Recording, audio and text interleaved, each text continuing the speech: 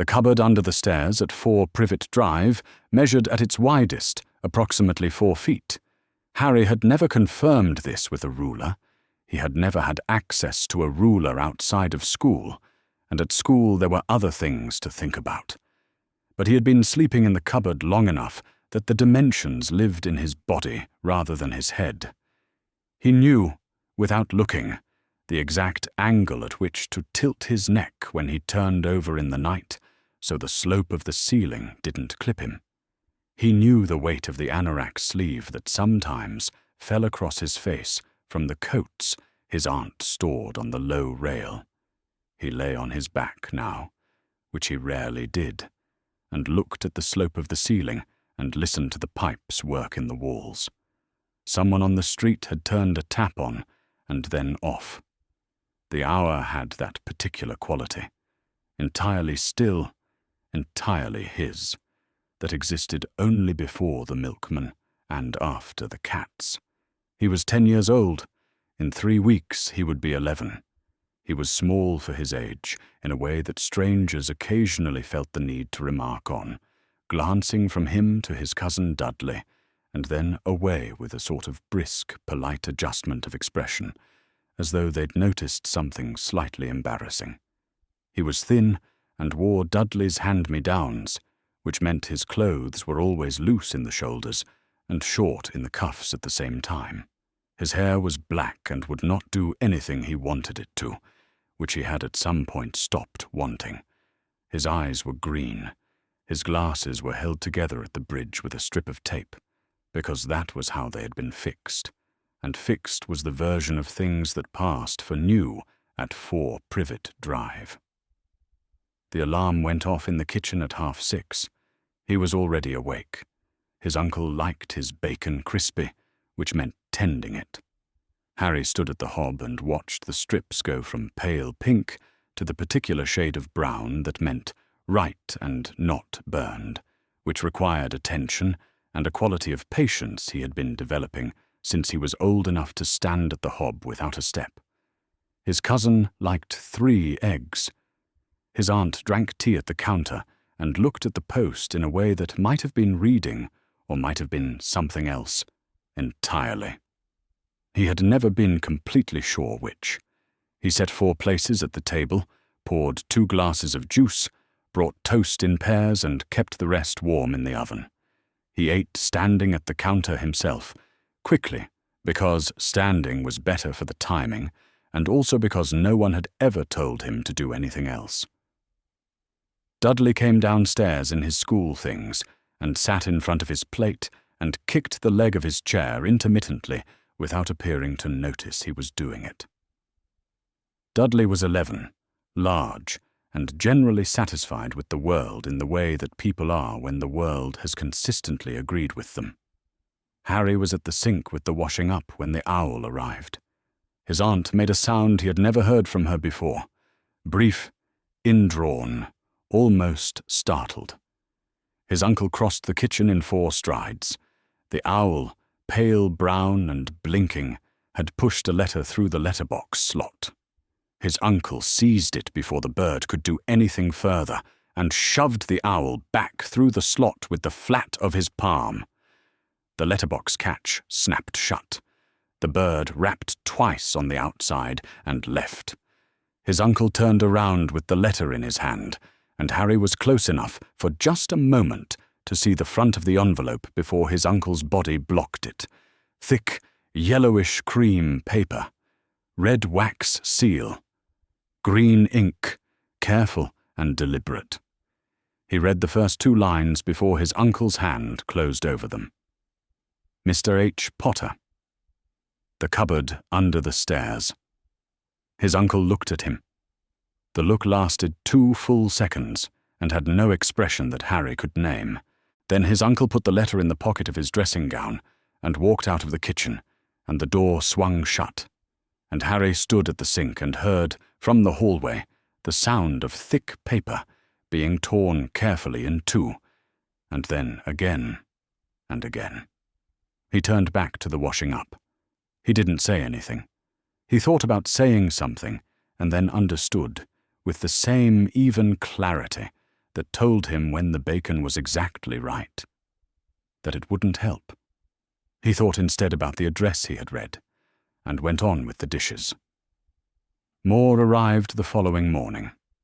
3, then 5 in the afternoon delivery, then 6 at once from different directions on the day after that, which meant different owls, which meant more than one person, or more than one something, had sent them.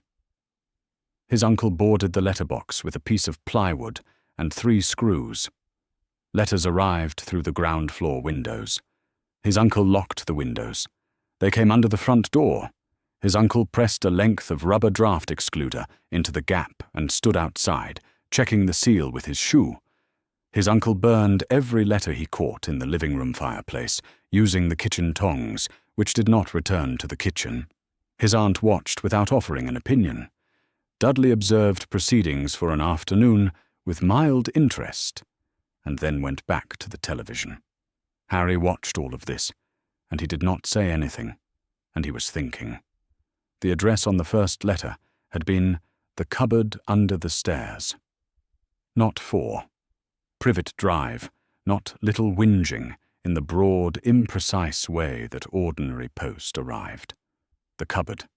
Whoever had written that letter had known, with a specificity Harry found difficult to explain even to himself, that he slept under the stairs. Not that he lived at this address. Where he specifically slept. They had put it on an envelope. They had put his name above it. And they had done this as though it were simply a piece of information, a location among locations, no more remarkable than a street number. He turned this over while he vacuumed the sitting room, which was his job on Tuesdays, and while he peeled potatoes before dinner, and while he lay in his cupboard that night, listening to the house settle into quiet around him. The hotel smelled of the sea and of rooms that had been shut for too long. Harry lay on the camp bed his uncle had pulled from the boot of the car, and listened to Dudley breathe in the double bed above him, and waited. His uncle was downstairs in the entrance hall with something Harry did not ask about. His aunt had drawn the curtains and was sitting with a book she was not reading. Past midnight, he could feel it in the quality of the quiet, the way even the distant traffic had gone still. Something slid under the gap at the base of the bathroom door. Not the hotel room door, which his uncle had wedged with a chair. The bathroom door, propped an inch open for air. A letter crossed the tile in a soft, dry rush and came to rest against the leg of the camp bed, as though it had been aimed. Harry picked it up. He crossed to the stripe of light under the bathroom door and held the envelope up and read. Mr. H. Potter, the cupboard under the stairs. 4. Privet Drive. Little Whinging, Surrey. He read it again. It said the same thing the second time. He folded the letter in thirds and put it in the pocket of the pyjama shirt he was wearing, which had been Dudley's before it was his, and which had a collar that had given up holding its shape. He stood in the thin light from under the bathroom door and pressed his thumb along the fold. He thought about what he was holding, and about what it meant that this letter had found him in a hotel room on an unmarked road in a town his uncle had chosen at random, and that still, the address at the top said, the cupboard under the stairs. They knew where he slept. They had always known, not where he lived, not the street, not the postcode, but the particular small space beneath the stairs. They had known it for as long as there had been an address to know, and they had written it down on official envelopes and sent it into the world as though it were simply true. He did not know what a wizard was. He did not know what Hogwarts meant, or why anyone sent post by owl. He knew almost nothing about the people on the other side of these envelopes, the ones who had kept finding him no matter where they went, no matter what his uncle did. He knew one thing, which was this. He was going to find them. He was going to find them, and he was going to ask them why. The morning his uncle drove them somewhere new, again, Harry left. It was not a plan exactly. The plan. He could hear it taking shape through the thin hotel wall as the sun came up. His uncle on the telephone to someone at his office, voice pitched low and tight, involved another car journey, possibly another hotel, possibly a boat his uncle had mentioned the evening before, with the air of someone who had not yet decided whether this was serious. Harry listened to all of it from the camp bed. When his uncle went downstairs to settle the bill and his aunt was occupied with Dudley's breakfast, Harry put the letter in the breast pocket of his shirt, took the 11 coins he had been keeping in a gap in the skirting board back at Privet Drive, and walked out through the hotel's side entrance into the morning. He was 10 years old. He had never been anywhere by himself in any meaningful sense. The school was 3 streets from Privet Drive, and he had walked it since he was 6, which was the closest thing to independent travel he had managed. But this felt different, and not in the way he would have expected. He had expected to feel scared. He pressed his hand over his pocket to feel the fold of the letter through the cloth and found that he did not. The bus to the train station left from outside the post office, which he found by asking a woman walking a dog. She told him twice and then pointed. The bus smelled of diesel and damp coats. He sat by the window and watched the coast go past and thought about the address, the way the words sat in his head with that flat, precise quality of something important. The cupboard under the stairs. That was where the letter had been sent. That was where whoever sent it believed he lived, or at least slept, which was perhaps the more honest of the 2 words. The train to London cost nearly everything he had. He spent the journey with his hand over his pocket and his eyes on the window. London was larger than he had understood. He walked because walking was free and because he did not know how else to start, and no one looked at him twice. A child alone in oversized clothes was, apparently, not a thing this city found remarkable. He was looking for something official. The people who sent letters by owl, who addressed envelopes to his cupboard, who kept finding him regardless of what his uncle did. They must be somewhere. And somewhere official meant the kind of buildings he had walked past on school trips, the ones with columns and flags. Whitehall had them. He walked along it and looked at everything, and it was on the second pass that he found it. A disused red telephone booth standing slightly apart from the surrounding buildings, with no queue and a quality of wrongness he couldn't immediately name.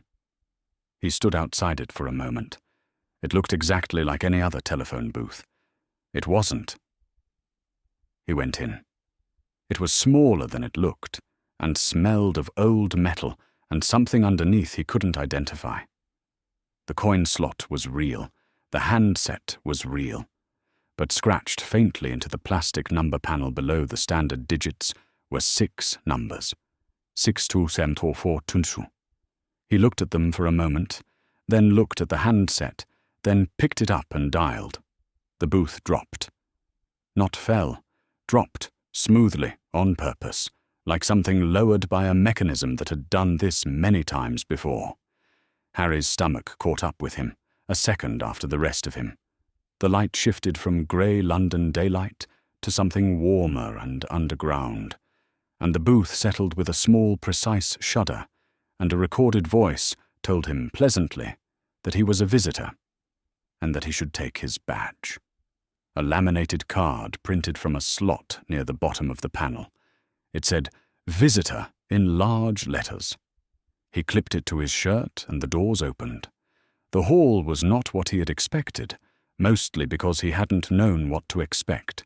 The ceiling was high enough that the torches in the wall brackets, real torches, actual fire, barely reached it. The floor was polished, dark stone. The walls were hung with paintings, and Harry noticed within his first 3 steps that the paintings were moving, the figures inside them shifting, turning, occasionally looking back at him with the mild interest of people watching a street from a window. He kept moving. People in long robes crossed the hall in both directions, carrying parchments and cases and objects he had no names for. None of them paid Harry any attention. He was too small and too plainly dressed to register as anything other than someone else's problem. Halfway down the hall, a fountain occupied the center of the floor, and Harry stopped despite himself. 5 golden statues rose from a wide pool of dark water. In the center, a wizard with a wand raised and his chin lifted, water arcing from the wand's tip in a long silver thread. Beside him, arranged in a half-circle, a witch, hands extended, a centaur with an arrow drawn back, water rising from the arrowhead, a goblin in a low hat, water spilling from the hat's brim, a house elf with folded ears as long as its arms, water flowing from the ear tips in thin, quiet streams. The jets crossed and fell and crossed again, and the sound was constant and low, the sound of something that had been going for a long time and would continue to go after everyone in the hall had gone home. Harry looked at the statues for one moment longer than he meant to, and then walked on. He followed the sound of voices, which was not difficult. A corridor branched from the main hall, and the sound came from one end of it, controlled, formal, the rhythm of people in a room that was built to hold people and make them feel the weight of their own decisions. He followed it to a pair of heavy doors standing slightly ajar. He pushed through them. The room was built in tiers, dark stone, torchlit, rows of seats rising on both sides of a central floor, like the inside of a very serious theatre. Approximately 50 people in plum-colored robes sat in those tiered rows, each with a silver letter on the left chest, a W, worked in embroidery, the kind of detail that made clear the robes were not an accident, but a uniform. They were watching a man who stood on a raised dais at the far end. The man was very old. His silver beard was long enough to be tucked into his belt if he chose to, and his hair was the same silver, and his robes were a midnight blue that looked like someone had taken the color seriously. His nose had been broken at some point and had healed at a slight angle, which gave his face a quality of having been lived in rather than just used. He wore glasses, half moon, perched on the bridge of that crooked nose, and his eyes, which Harry could see from the aisle, were very blue. He was speaking. He had not yet noticed the door. Harry walked down the center aisle. Afterwards, he could not have said what he was thinking, because the honest answer was that he was not thinking exactly. He was doing. He had come a very long way to do this particular thing, and stopping now would mean the journey had been for nothing, which was not something he was prepared to accept. The aisle was long, and the stone floor was hard under Dudley's 2 large trainers, and Harry kept walking, and somewhere above him on the left, a voice said something that cut off quickly, and then another on the right, and then the man on the dais stopped speaking mid-sentence. Harry reached the front of the aisle and stopped. He put his hand in his pocket and took out the letter. He looked at the address one last time, making sure he still knew what he was doing. Mr. H. Potter. The cupboard under the stairs. 4. Privet Drive. Little Whinging, Surrey. He crouched slightly and placed the envelope on the stone floor at the old man's feet. Not threw it. Placed it with one flat, deliberate sound as the envelope met the stone, and then he straightened and he looked up. His lightning bolt scar was visible above the bridge of his taped glasses. He was wearing a grey t-shirt that had been Dudley's, and jeans that had been Dudley's, and trainers that were half a size too large. He was the smallest person in the room by a very large margin. He did not say anything, because he had not decided yet what to say, and the thing he most needed to know was whether the man with the silver beard was going to answer, or whether he was simply going to look back at him in the way his uncle looked at him, which was the look that meant the answer was no.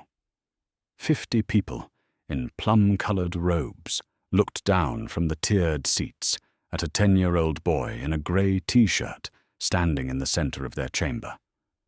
The letter lay on the stone floor between him and the old man. Nobody spoke. The torches in the brackets moved without sound.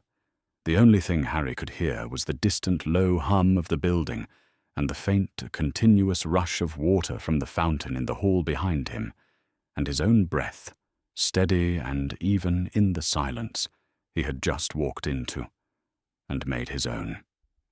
The silence lasted exactly as long as it took Griselda Marchbanks to get to her feet. She had been a member of the Wizengamot for longer than most of the people in this chamber had been alive. She had sat in these tiered seats through wars and the ends of wars, through the rise and collapse of things that had seemed, at the time, as permanent as stone. And in all those years she had learned to distinguish the silences that would resolve themselves from the silences that would not. This was the second kind. She knew it from the quality of the stillness, from the way the torches seemed to have gone slightly dimmer, and from the particular look on Albus Dumbledore's face, a look she was quite certain she had never seen on him in the 60-odd years she had known him. Not in 60-odd years of knowing him. She descended to the chamber floor without ceremony. She was very old, and her body communicated this fact to her without pause, as very old bodies did. She had stopped listening to that particular communication some years ago. She walked across the polished stone to the center of the room at whatever pace she chose, which was a slow one, partly because of the knees, and partly because she wanted the chamber to watch her cross the floor and understand that what she was doing required their attention. The boy had not moved. He was still standing precisely where he had stopped, with his hands at his sides and his chin level, watching her approach with green eyes that were steadier than they had any business being on a child of his age. He was small, very small, and very thin, wearing clothes that had clearly belonged to someone considerably larger, and had not fit that person well either. The oversized grey shirt, the jeans that drooped at the waist, the trainers, half a size too large by the sound they made on the stone. He looked like someone had dressed a child, and then kept going past the point of done. And above the bridge of his round-taped glasses, visible and clean-edged, and settled into the skin the way a 10-year-old scar settles, the lightning bolt. She knew, of course. She had known the moment she saw the shape of him against the light of the doorway, but knowing and seeing were different things, and she stood in front of him for a moment and let herself see. Then she crouched, a slow, considered process, and picked up the letter. She held it up so that the entire chamber could see it. She turned it face outward, and she read it aloud in the voice she used for announcements, clear and carrying and without inflection, because the words themselves were the point, and they did not need her to perform them. Mr. H. Potter. She paused. Not for effect. She had never done things for effect. But because she wanted the chamber fully settled before she continued. She wanted them listening. She wanted the word that was coming to have the room to itself when it arrived. The cupboard under the stairs. The word landed the way certain words did in formal chambers when they were spoken aloud for the first time, quietly, without drama, and absolutely permanently. She heard it hit the silence and keep moving outward, like a stone dropped into deep water, reaching the upper tiers, reaching the walls. 4. Privet Drive, Little Whinging, Surrey. She folded the letter along its original creases and held it in both hands and let the chamber sit with what it had just heard.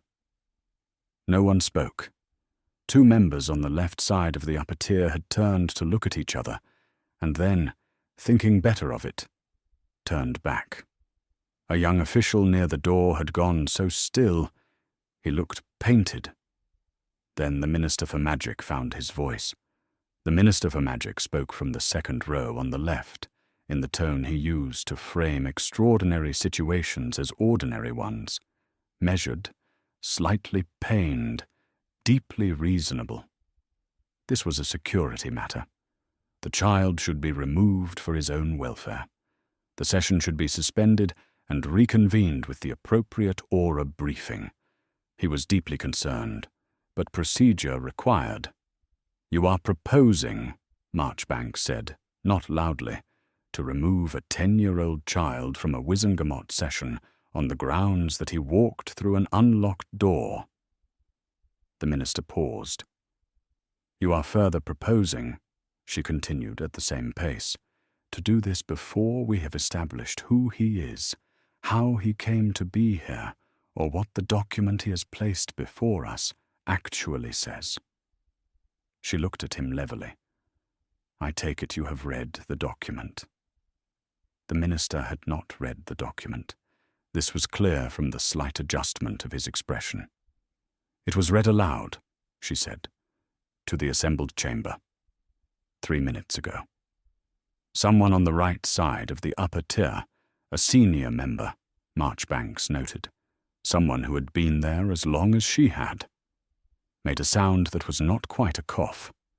Marchbanks turned to address the full room. "The Wizengamot Charter of Rights is clear on the matter of evidence placed before this body in session. The Charter does not specify the size of the person who places the evidence, or the method of their arrival, or whether their clothing fits.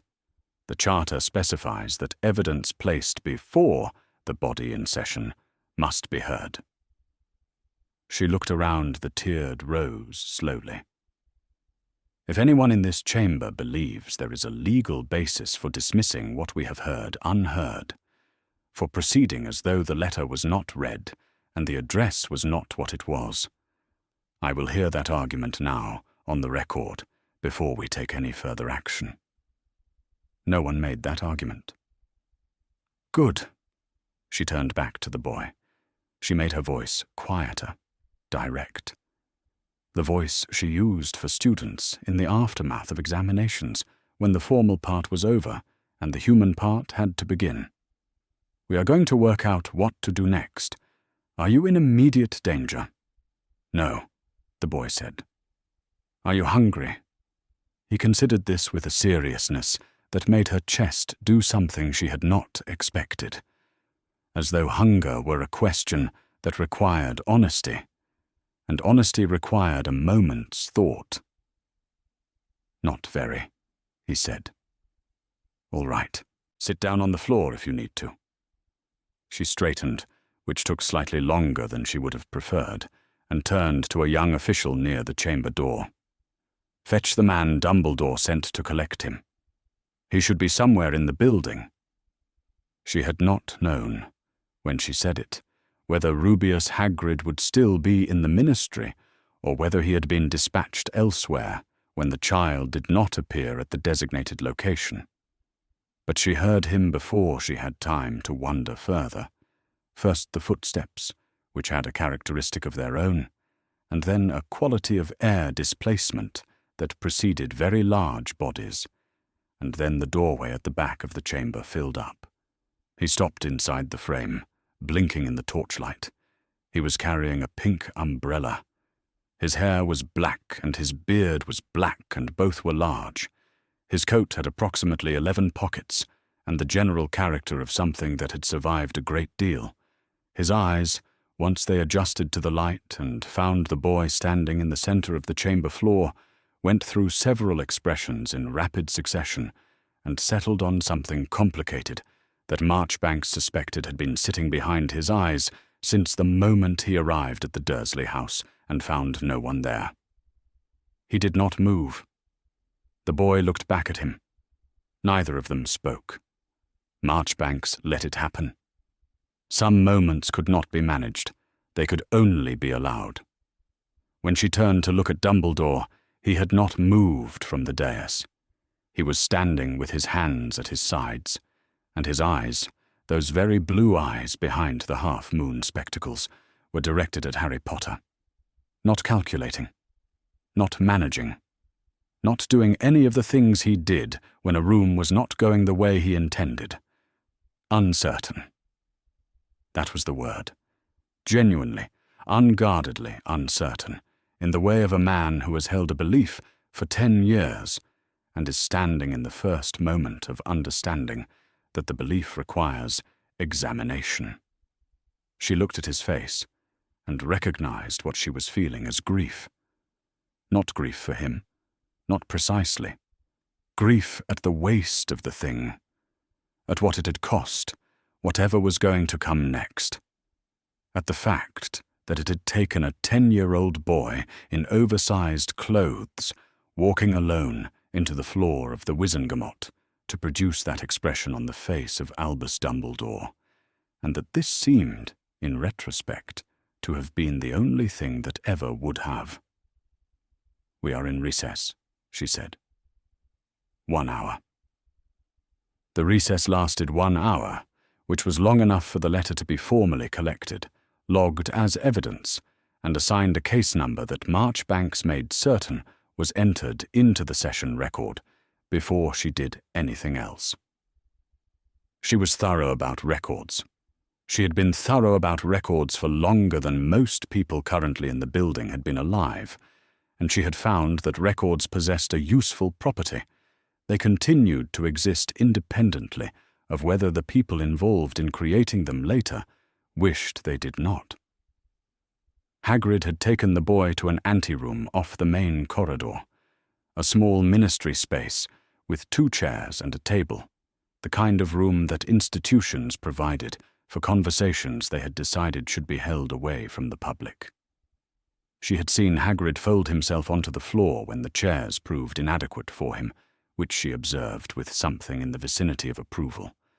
The boy had sat in one of the chairs with his hands on his knees, and the expression of someone waiting for an explanation he was beginning to understand would take time. He would have to continue waiting. In the main chamber, with the tiered seats empty and the torches reduced to their between-session level, Marchbanks convened a working group with the 5 senior members who had remained. Between them, these 5 had more years of Wizengamot experience than most institutions had years of existence, and their collective judgment on points of wizarding law was, in her estimation, adequate for what needed to be established today. She sat at the evidence table, where the letter lay in its case envelope, and she opened proceedings without ceremony. "The letter is genuine," she said. "I want that confirmed before anything else." The confirmation took 20 minutes. The Hogwarts intake system was, the relevant ministry official explained, an entirely automated process. Letters were generated each year in late July, addressed to every child of magical ability in Britain who had not yet received formal schooling. The system generated the address based on the child's actual sleeping location at the time of generation. Not parental preference, not administrative designation, not the room the family wished the child to be in. The room the child was in, the system recorded fact. "The cupboard under the stairs," Marchbanks said, "is therefore not a clerical error." "No." The official appeared to find this difficult to say at full volume. "It is the address the system produced, because it is the address that corresponds to where the child sleeps." "Yes." "Which he has been sleeping in." She looked at the letter on the table. "For how long has the system generated addresses for this child?" The records were consulted. The answer came back, as she had already reasoned it must. Since the first annual intake cycle following Harry Potter's first birthday. 10 years. 10 consecutive years in which the Hogwarts intake system had generated an address for Harry Potter and written "the cupboard under the stairs." Not as an anomaly, as a consistent, annually confirmed record. She looked around the table at the 5 senior members. Is there a record of anyone, in either the Ministry or Hogwarts administration, having reviewed the specific address assigned to Harry Potter's letters in any of those 10 years? The answer was no. Is there a record of anyone having reviewed the specific address on any student's annual letters? The answer to this was also no. There was some discussion about administrative structures, about the division of responsibility between the ministry and Hogwarts, about which office handled which part of the intake process, and what oversight had historically been understood to mean. She listened to all of it. When it was done, she made a note. The absence of a record was itself a kind of record. She had been in institutional life long enough to know that the gaps in documentation were as legible as the documentation, if you understood what you were reading. 10 years of letters had read, "The cupboard under the stairs," and no mechanism had existed by which anyone was positioned to know this. She recorded the question as formally open and moved on. She turned to Dumbledore, who had been seated to her left throughout and had not spoken since the session reconvened. "The formal question before us," she said, "is this. In November 1981, you placed Harry Potter with his mother's sister. Under what authority, and on what grounds?" He answered fully. She had expected him to, because Dumbledore's approach to a position that could not be defended by silence was to abandon silence and defend it in the open. He explained the blood protection with care and precision. Lily Potter's act of deliberate self-sacrifice had created an ancient and specific form of protective magic lodged in her surviving blood relative. The enchantment anchored itself to that relative's home. As long as Harry Potter lived there and called it home, he could not be touched within those walls by Voldemort or those who served him. The protection held until the boy came of age. It required the address. It required Harry to be there. Marchbanks waited until he had finished. "The protection required Harry to live at his aunt's address," she said. "Yes. And to call it home." A brief pause. "Yes." "It did not require," she said, assembling the sentence carefully, the way she assembled all sentences that were going to be part of a formal record, "that his bedroom be a cupboard." The silence after this was different from the ones that had come before. The earlier silences had been the silences of a chamber processing unexpected information. This silence had the quality of people who had heard something they already understood and could not now pretend they had not. Dumbledore did not answer immediately. When he did speak, his voice was measured and even, and he said that the sleeping arrangements had not been his primary. "The magical integrity of the protection," Marchbanks said, "pertains to the address and to Harry's sense of home. Whether his bedroom was a cupboard under the stairs or a perfectly adequate room on the first floor is not a variable in the enchantment as you have described it, and I suspect in no version you could describe." She looked at him directly across the table. "Am I wrong?" She was not wrong. "Am I correct that you have, each year, verified the magical integrity of the protection at that address?" "Yes." "And that this annual verification did not include any assessment of the conditions of Harry Potter's residency beyond confirming the enchantment's continued function?" The pause before his answer was the longest pause in the session. "That is correct." She wrote it down. The record would show that the sleeping arrangements were not a component of the protective magic, as Dumbledore himself had described, and confirmed it. The record would show that the annual verification had not encompassed the conditions of Harry Potter's life. These were facts that would exist in the record independently of what anyone said next, or what they wished had been said differently. In the anteroom at the end of the corridor, behind a closed door and the considerable thickness of ministry stone, Harry Potter sat in a chair with his hands on his knees.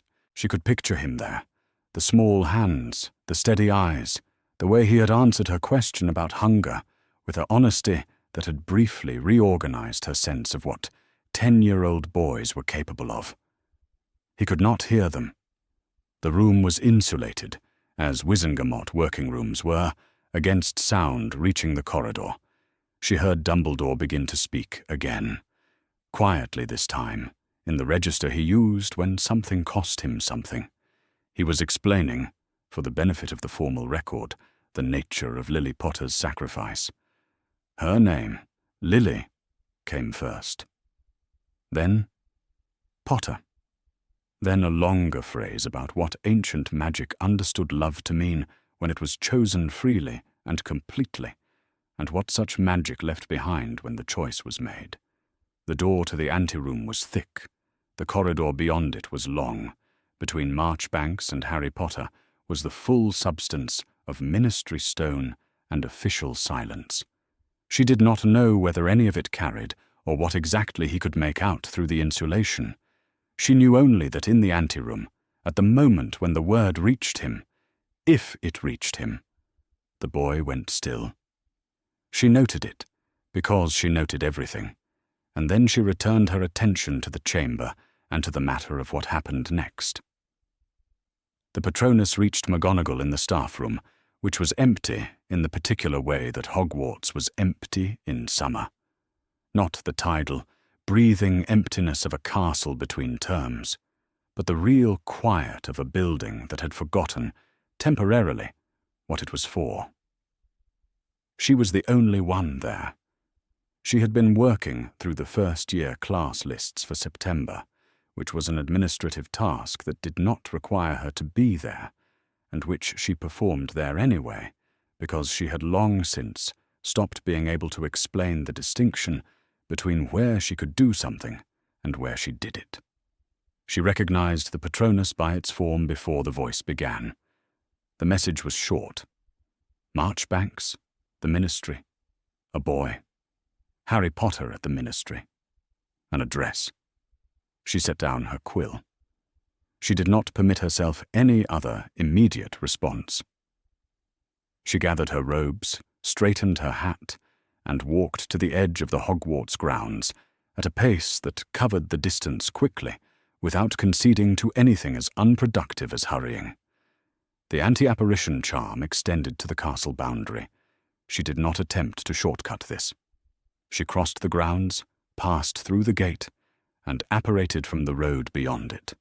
The Ministry atrium was its usual underground self.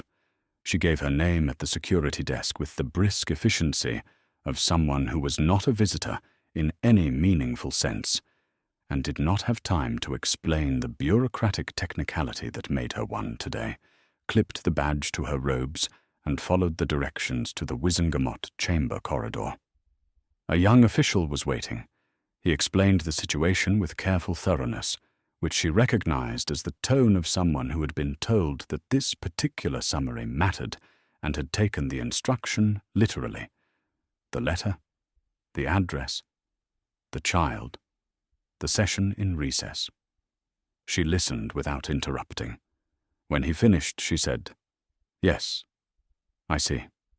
He seemed uncertain whether he was dismissed. She waited, and he eventually left. She stood in the Ministry corridor and did not call it hesitation. She knew what she was going to be asked inside, in the same way she had known, at intervals over the past 10 years, what the question was going to be if anyone ever thought to ask it. She had told herself, at each of those intervals, that no one was going to ask it. She had been correct until today. November 1st, 1981.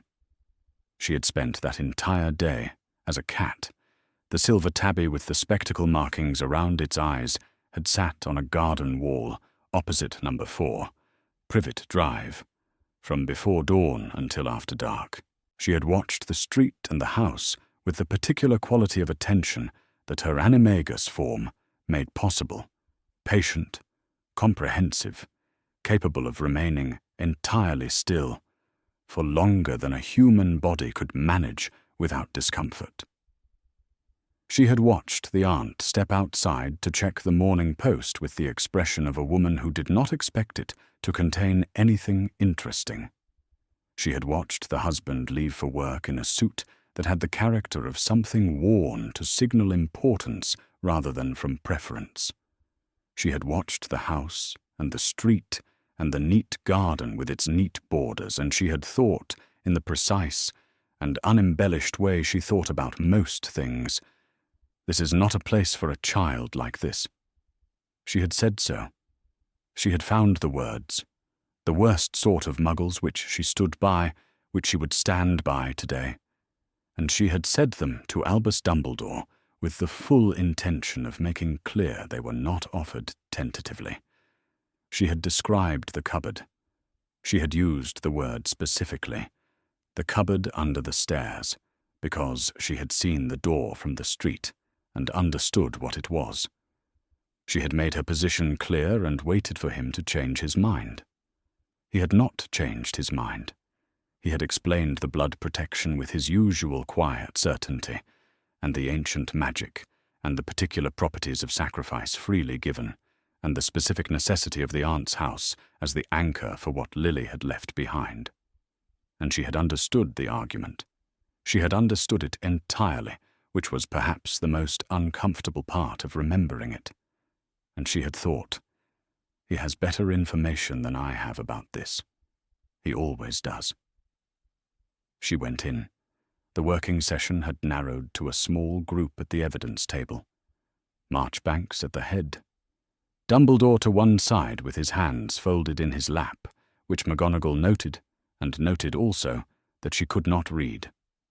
The letter on the table in its case envelope, address facing up inside the transparent sleeve. She took the indicated seat, smoothed her robes, and did not wait to be formally introduced. "I know why I've been sent for," she said. "I was there on the night in question, November the 1st, 1981. You want my account of it." Marchbanks looked at her with an expression that stopped just short of approval. "Please proceed." McGonagall gave her account. She gave it in the order it had occurred, and with the precision she applied to things that she had been going over, in one form or another, for a long time. Her animagus form, the day of observation, the street and the house and the people in it, what she had said to Dumbledore, the exact phrase she had used, the specific word, cupboard, his response, his reasons, her understanding of those reasons, and the decision. She called it a decision because it was, to return to Hogwarts and trust that the arrangement was as sound as it had been presented to her. When she stopped, Marchbanks waited one beat. Then, "In the 10 years since November 1981, did you return to Privet Drive?" "No."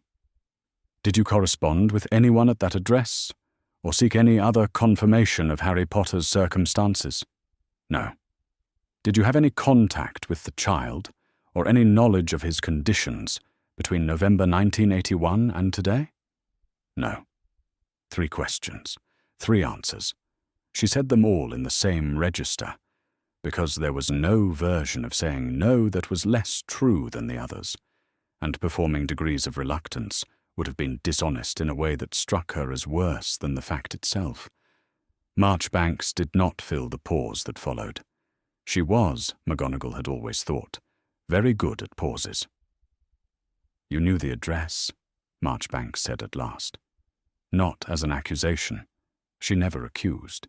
It was one of the things McGonagall had come to respect about her. But as a fact being placed on the table beside the other facts. "You could have returned at any time in those 10 years." "Yes." "What stopped you?" McGonagall looked at the evidence table. She looked at the letter in its case envelope, with the address readable through the sleeve, clear and small and utterly without drama. The cupboard under the stairs. She read it the way she had not read it before, which was to say, she read it as a fact about a child's actual life, and not as the title of a room that hadn't registered as something that needed registering. She was 55 years old. She had taught Transfiguration at Hogwarts for more than 2 decades. She had watched, this was the word, watched, hundreds of children come through their first year, small and uncertain, and go out the other side, knowing things about themselves they hadn't known before. She had been the person whose subject was the possibility of change, and she had never gone back. "Nothing stopped me," she said. "I trusted that the arrangement was sound. I did not trust it enough to verify."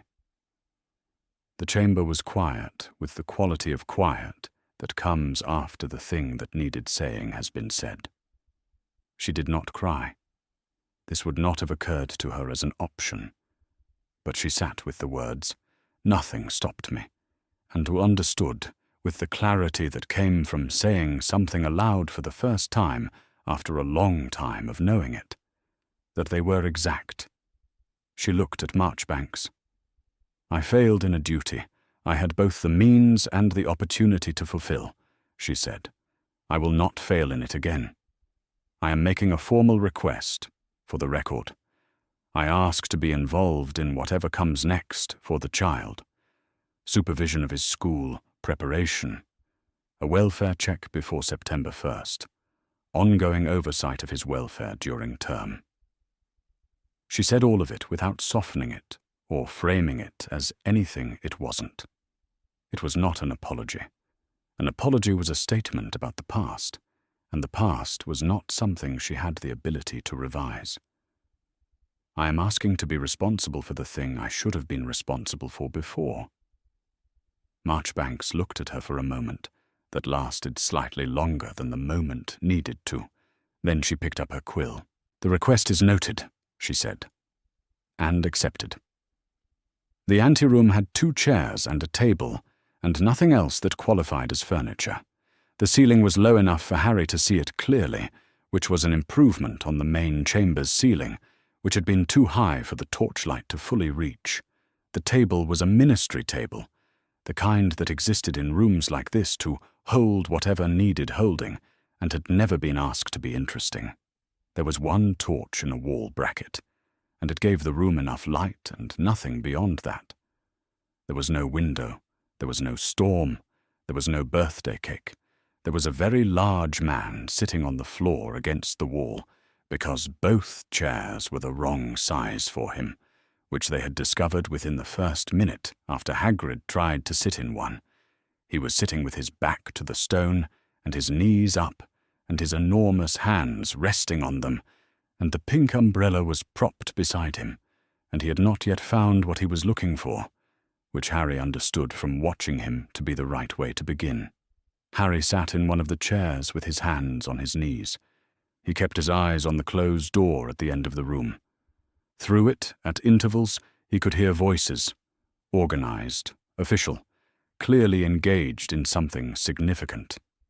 He had understood for the last hour or so that the something significant was him. He could not make out words. He had tried for a while and then stopped trying. At some point, someone had come in and offered tea. Hagrid had accepted gratefully. Harry had said no without looking away from the door. "Harry," Hagrid said. He had been saying Harry periodically, in a voice built for much larger spaces that sat strangely in this low stone room. Each time he followed it with a pause. This was the 3rd time. Harry turned to look at him. I got a lot to tell you." Hagrid was looking at his own hands, then at Harry, then back at his hands. "I've been thinking about... I don't know where to start, really." "It doesn't matter where you start," Harry said. He had noticed that he was very calm, which he thought he probably should have found surprising and didn't. The calm had arrived somewhere around the time the booth stopped descending, and hadn't left since. "Start anywhere. I'll follow." Hagrid looked at him with his beetle-black eyes, and there was something in the look that Harry could not immediately name. And then Hagrid said, "You're a wizard, Harry." Harry considered this. "All right," he said. "A real one. Born one." Because your parents, your mum and dad were a witch and a wizard, both of them. That's why you could do things. Growing up, strange things, I expect things happened sometimes that you couldn't explain. They had. He had never mentioned them to anyone. He had understood without being told that mentioning them was not an option. Yes, he said. A few times. That's why. Hagrid nodded. He looked steadier now that the first part was out. And I need to tell you their names. Your parents' names. Do you know their names? He knew their names. He had always known them, in the removed and theoretical way that you knew things you were given and never given again. His parents were called James and Lily, and they had died in a car crash when he was a baby, and that was what he had. But the way Hagrid said the word names, with a weight to it, like a thing of consequence, made Harry want to hear them said differently. "Tell me," he said. "James Potter." Hagrid's voice was doing something Harry had not heard it do before. There was something underneath it, something that pushed up against the words from the inside. Your dad's name was James Potter, and your mum was Lily. Lily Evans, she was, before she married. Lily Potter. He stopped, pressed the back of one enormous hand briefly against his face. I knew them. I knew them both.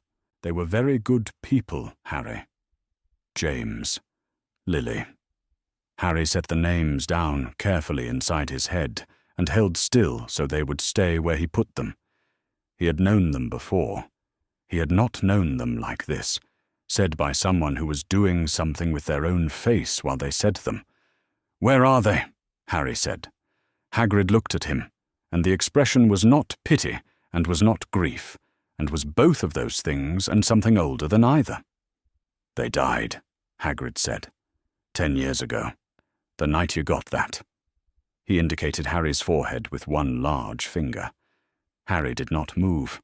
Hagrid told it the way people told things that had been carried a long time, carefully, without rushing, giving each part the space it needed. A dark wizard who had called himself Voldemort. The most powerful dark wizard in living memory, possibly in history, who had gone to Godric's Hollow on the night of October 31st, 10 years ago, where James and Lily Potter lived with their infant son. He had killed James first. Then he had come for Lily, and for Harry, and Lily had not stepped aside. She had stood between the curse and her son, because she chose to, knowing what choosing meant, and the curse had struck her, and the old and specific magic of a freely given sacrifice had done something to the killing curse that had never happened before, turned it back. The curse had rebounded. Voldemort had been destroyed. Not killed. There was a distinction, Hagrid said, and didn't fully explain it. Destroyed. Vaporized. Gone, for now at least, though no one was quite sure what for now meant. Harry had survived. Harry had the scar. Hagrid was crying by the end of it. Harry had noticed when it started, a point somewhere in the middle, when Hagrid was describing Lily, and he had noted it with the same precise attention he was giving everything else. The tears were large and came steadily. Hagrid made no effort to stop them or apologize for them, which Harry respected. Harry did not cry. He was listening too carefully to cry. He was taking information that had existed for 10 years without him, and setting each piece of it down in the right place so that it would stay, and the process of doing this required all of him, and left nothing over for anything else. Not yet. He touched his forehead, pressed 2 fingers to the scar, felt the raised edge of it. Clean and old, a scar from an event that had been presented to him as a car crash his entire life. "A killing curse," he said. "Yeah," Hagrid said, and his voice cracked slightly. "And it bounced off me." "Yeah. Never. There's never been anyone who survived one before. Not once. That's why. That's why everyone in the wizarding world knows your name, Harry. Because you survived it. Because you're the only one who ever has. Harry moved his fingers away from the scar. He had the strange sensation of looking at himself from some distance and finding that the person he was looking at was substantially different from the person he had been this morning. Not worse.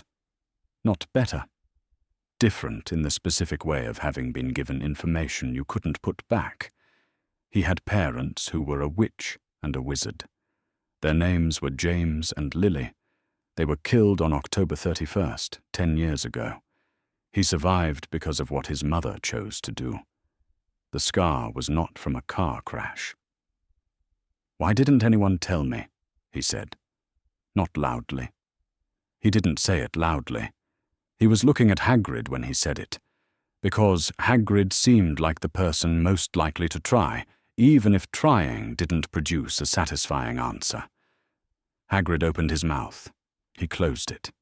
He opened it again and said that some people had thought it was safer for Harry not to know. People finding him, people who had served Voldemort, reasons to do with protection and secrecy and— "That's not a good enough reason," Harry said. "No," Hagrid said, and he had the decency not to pretend it was. "No, I don't think it is. Not for 10 years. Harry thought about the 10 years. He thought about all the things that had existed in the 10 years that had not been given to him. His parents' name said by someone who had known them, the explanation of the scar, the truth about what he was. He was not angry at Voldemort. Voldemort was vaporized. Voldemort was a story about something that had happened before Harry could remember. What Harry felt, sitting in a ministry anteroom in oversized clothes, with the sounds of official proceedings coming through a closed door, was a very clear and specific awareness of the size of what had not been told to him. He reached into his pocket and took out the letter. He unfolded it on the table between them. He turned it so the address faced up. He looked at it for a moment, and then he read it aloud. Mr. H. Potter. The cupboard under the stairs. He stopped there. He could have read the rest, the street, the village, the county, but the first 2 lines were the part that mattered. He looked at them on the table. "They knew where I slept," he said. "They always knew. Whatever they are, whoever sent these, they've known where I slept for 10 years. And that's where they put my name. And no one told me that either." Hagrid was looking at the letter. He looked at it for a long time, the way you looked at something you couldn't argue with. Then he looked away, at the wall, at the torch, somewhere that was not Harry's face. He didn't say anything. Harry folded the letter and put it back in his pocket. He looked at the closed door. Through it, the voices continued their organized and official work, which was apparently, from what he had managed to make out earlier, at least partly the work of deciding what should happen next to him. He thought he might ask to be part of that conversation. He thought someone ought to let him. The ministry's formal record of Harry Potter's guardianship arrangement occupied 4 pages. That was itself a fact worth examining. 4 pages for 10 years of a child's legal life. Marchbanks had seen property conveyances run longer. She read it through once without marking and without conclusion, letting the facts arrive in order. The pages were clear-structured, the handwriting her era's ministry formal, the careful bureaucratic cursive that predated typing in triplicate. She found what she expected on page 1, confirmed it on page 2, and set it down. There was no court order, no formal guardianship proceeding, no Wizengamot oversight, no legal transfer of responsibility in the wizarding sense. What existed was a private letter from Albus Dumbledore to the boy's aunt, delivered by hand, explaining the situation and requesting that she take the child in. It bore no ministry seal, no certification date, It had, Marchbanks noted, no response in the file, not because any response had been lost, but because one had apparently never been required, an administrative act by a headmaster acting under his own authority. Not a guardianship, a placement. She turned the final page. The designated next of kin was the aunt. Muggle. No consultation record with the father's side of the family. No documentation of a search for eligible wizarding parties. She turned back to page 1 and read the date at the top of the document. November 2nd, 1981. 1 day after the placement. Someone had worked quickly. She set the 4 pages aside and asked the room for the pre-existing next of kin record, the formal naming, if one existed, of who had been designated to care for Harry Potter in the event of his parents' deaths. The extended recess had left only senior members at the table, plus Dumbledore at the far end, and 2 ministry officials required for a formal records examination. The second file was thinner. Who was Harry Potter's designated godfather? She said. The record was passed down the table. She read the name. Sirius Orion Black. Born November 3rd, 1959. Pure-blood wizard. Named godfather in a formal document dated 1980, before Harry was born. A prospective naming, specific and deliberate. Best friend of James Potter, who was dead. Godfather of James Potter's son, who was presently in an anteroom down the corridor. Had Sirius Black been free in November 1981, he would have held the first legal claim to Harry's guardianship the wizarding record recognized. The aunt's claim, whatever standing it might carry under Muggle law, was secondary to this by every standard the wizarding world applied to questions of wardship. The record was unambiguous on this point. It was a simple question of priority, a named wizarding guardian, living, with a formal document predating the need for it by over a year. Marchbanks did not state this aloud. She was still reading. "I'll need the file for Sirius Black," she said. An official left to retrieve it. The senior members sat around the evidence table, and Dumbledore sat at the far end with his hands folded, and the room had the quality of a room in which everyone present was waiting for the same document and had formed thoughts about it that they had not yet spoken. Marchbanks waited without impatience, which was a distinct thing from waiting without understanding what the file was going to contain. The file arrived. It was considerably thicker than the guardianship record. Azkaban-generated paperwork. She read it in the same manner. She was looking for a specific piece of information, and she found it on the 4th page, or rather, she found its absence, which was the same thing.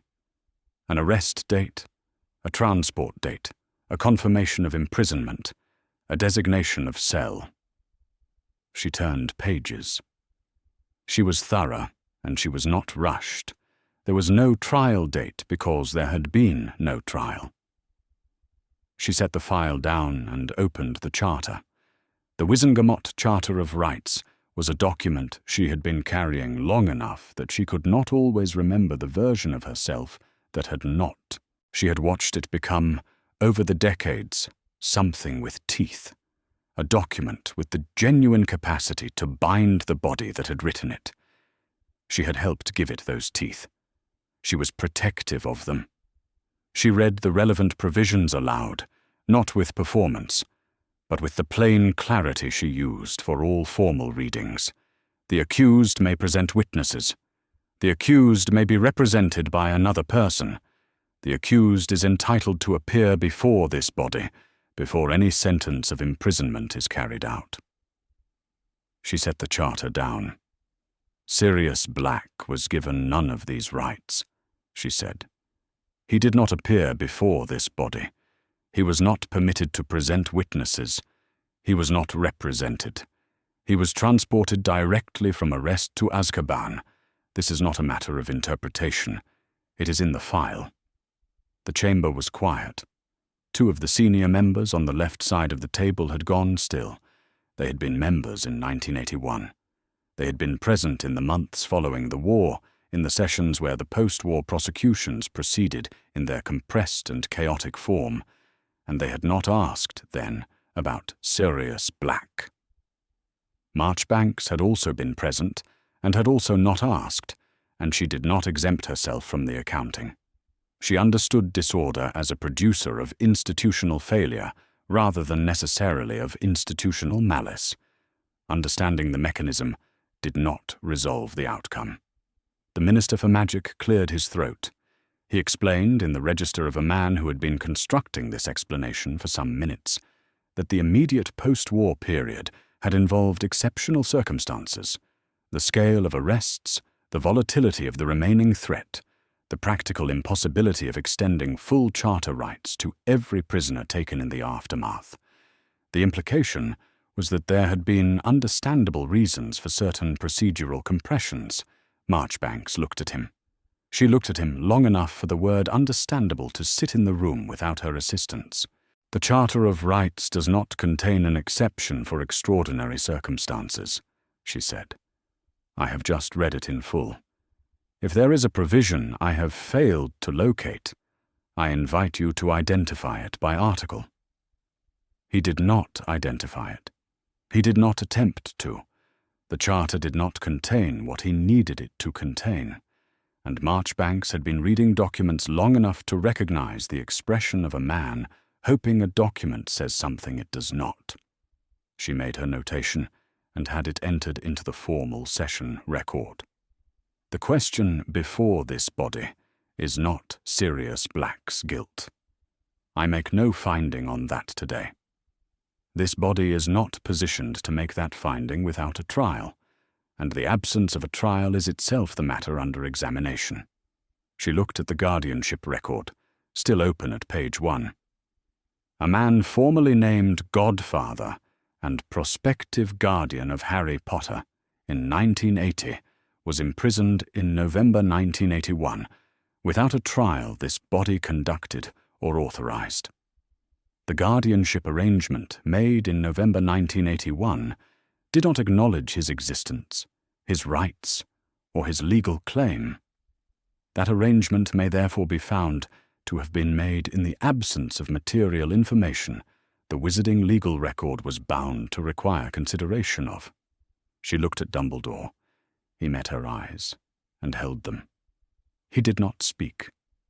I move to formally record the outstanding procedural question of Sirius Orion Black's imprisonment and its relationship to the guardianship of Harry James Potter. The question is not resolved today. It is on the record. That is today's step. She picked up the quill. Are there objections? There were none. She recorded it without rushing, precise and formal and complete, because records were what remained when everyone present in a room was gone, and she had been doing this work long enough to know that the most important thing she could do in any given session was ensure that what had happened could not later be said to have not happened. The record made it real in the specific, durable way that only formal acknowledgement could. Not a correction, not a resolution, but a fact lodged permanently in the body's minutes. In the anteroom down the corridor, Harry Potter was sitting with his hands on his knees, waiting to find out what came next. She did not know yet how to tell him that he had a godfather, or what that would mean to a child who had grown up in a cupboard. What she knew was that the question was on the record now, in language that could not be walked back, which meant this body could not close the matter without attending to it. That was not nothing. In her experience, it was where everything else began. She gathered the files. He had been sitting in this chamber for longer than most of the people in it had been alive. He had chaired Wizengamot sessions for more years than he cared to count with precision, and he had been alive for approximately 110 of the years since this building had occupied its underground position. He knew where the acoustics flattened. He knew which seats in the upper tiers ran cold. He knew this chamber in the way that a person knew a place they had shaped and been shaped by in equal measure. Today, sitting in the ordinary chair placed at the table's end, not his chair, Marchbanks held that now, which was as it should be. He was aware of all of that knowledge as a kind of useless cargo. He was not formally a defendant. Marchbanks had been careful about this. She was precise in the way of someone who understood precision as the most powerful tool available to her, and who had been wielding it for longer than most institutions had existed. She had called him a witness with particular relevance to the questions under examination. This was accurate. It was also a very exact description of a man who could not leave and could not fully answer. He listened while she spoke. He had always been a careful listener. It was one of the habits he had developed early and never abandoned, partly because listening produced information, and partly because it gave him time to think without anyone perceiving that he was doing so. What he was thinking about was the shape of his bind.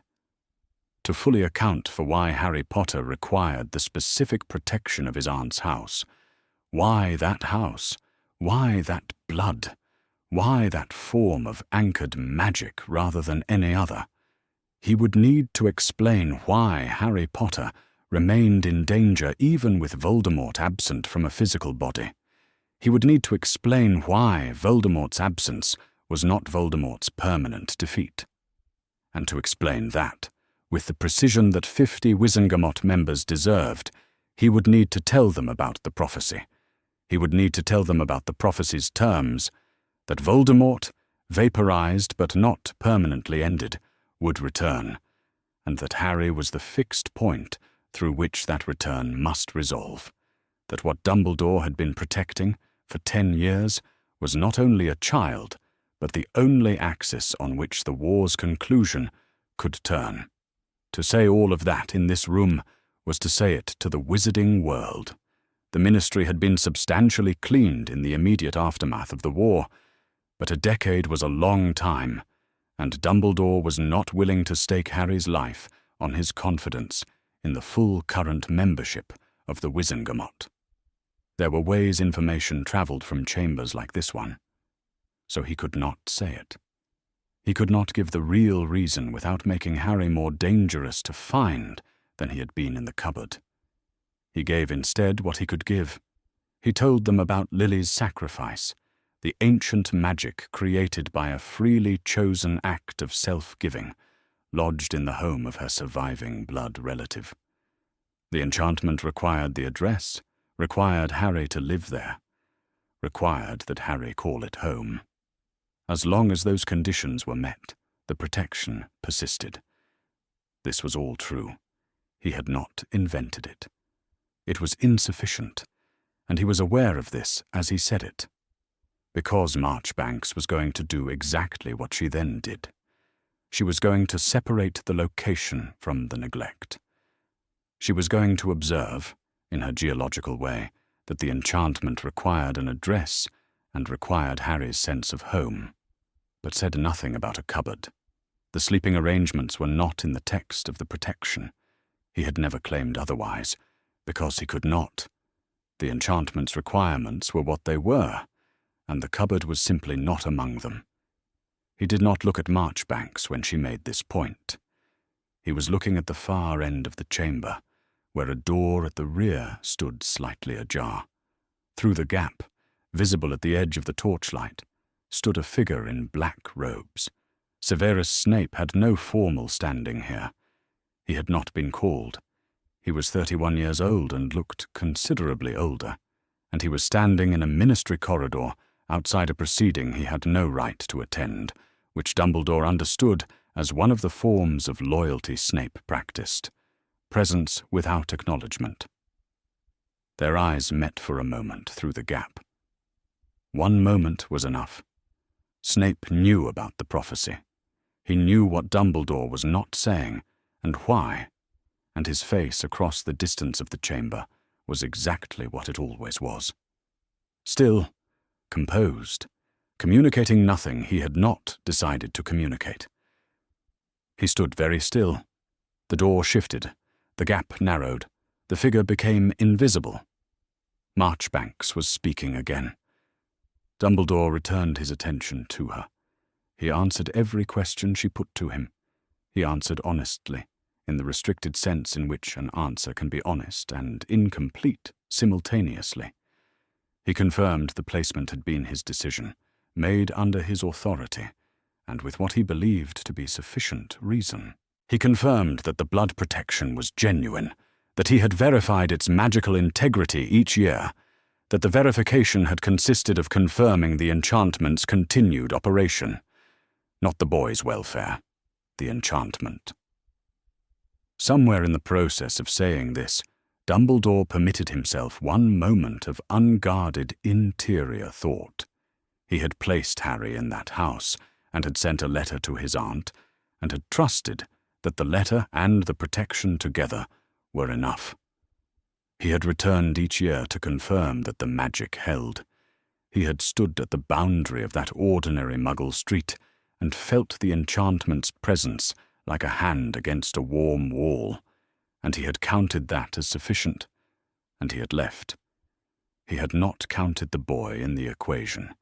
He had confirmed the protection existed, and he had not confirmed the conditions under which the protection required the boy to live. He had told himself the protection was the most important thing. He understood now, hearing it spoken aloud by people who were not wrong to speak it, that protection did not end at the perimeter of a charm. He had charmed the air around the boy, and left the boy to manage everything within it. He knew this.